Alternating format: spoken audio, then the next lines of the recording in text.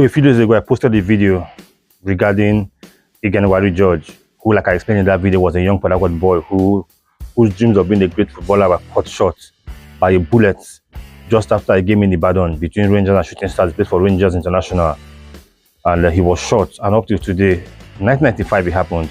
Up to today, there's been no closure on his death. Was he killed by an overzealous police officer trying to control the crowd? And the aspect of the story I just got was it was possibly a military administrator's convoy that was blocked and an overzealous aide shot in the air to clear traffic. Could it also have been a fan of stationery stores because they invaded the pitch? They caused the crisis, so to say. No closure yet. But after I did that video, I wanted to see how many people in town remember Igenewari George. He died 30 years ago. Listen. They were going for a match in Ibadan where their boss was attacked and he was shot at. He died eventually. I think more of a sad end. The game Shooting Stars Rangers or something, a game in Ibadan where there were some issues and the police did shoot and sorrowfully left us to the great beyond.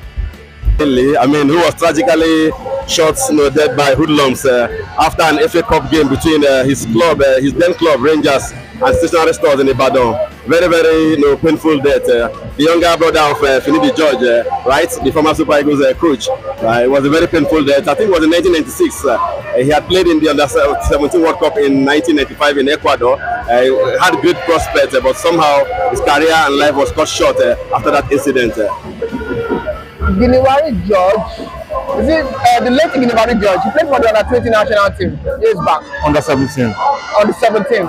He was killed in a vehicle conveying players. I think he was sitting behind, and I can't remember the story exactly, but that's it's coming in a little bit. But I think he was killed in active service. He was coming from a game, and the vehicle was shot. I can't remember who he played for. One of the Rivers team, Sharks, and unfortunately, the only thing I really know about him is the accident supposedly took his life. That's him being shot. That's the only stuff. Sincerely, I cannot remember. Okay.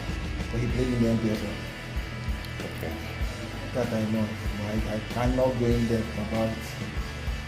Oh yes, in 1995, I remember Igenewari George played with the Golden Eaglets in Ecuador 95 FIFA Under-17 World Cup alongside Emmanuel Ibiede. I remember him very well. I watched him, a great left full back. Finidi George's younger brother, who unfortunately died in a league game, I think involving Enugu Rangers and 3S, if I remember very well. Yes, but not too. The name was not too known to me. But of recent, I started hearing about him since I got close to two of his brothers. But 10 minutes ago, you didn't know about him. I told you I have heard the name in passing. It wasn't like it was in passing because I know I have read about it as well. I read about him rather. Finidi George's younger brother. Represented Nigeria at a certain level, and then he got shot. In Ibadan. Also recently, what I also read was still yet. I know it was still about Finidi, but recently what I read was nothing was even done by the Nigerian Football Federation, then Nigerian Football Association. Finidi George's elder brother. That's the first thing I know him as.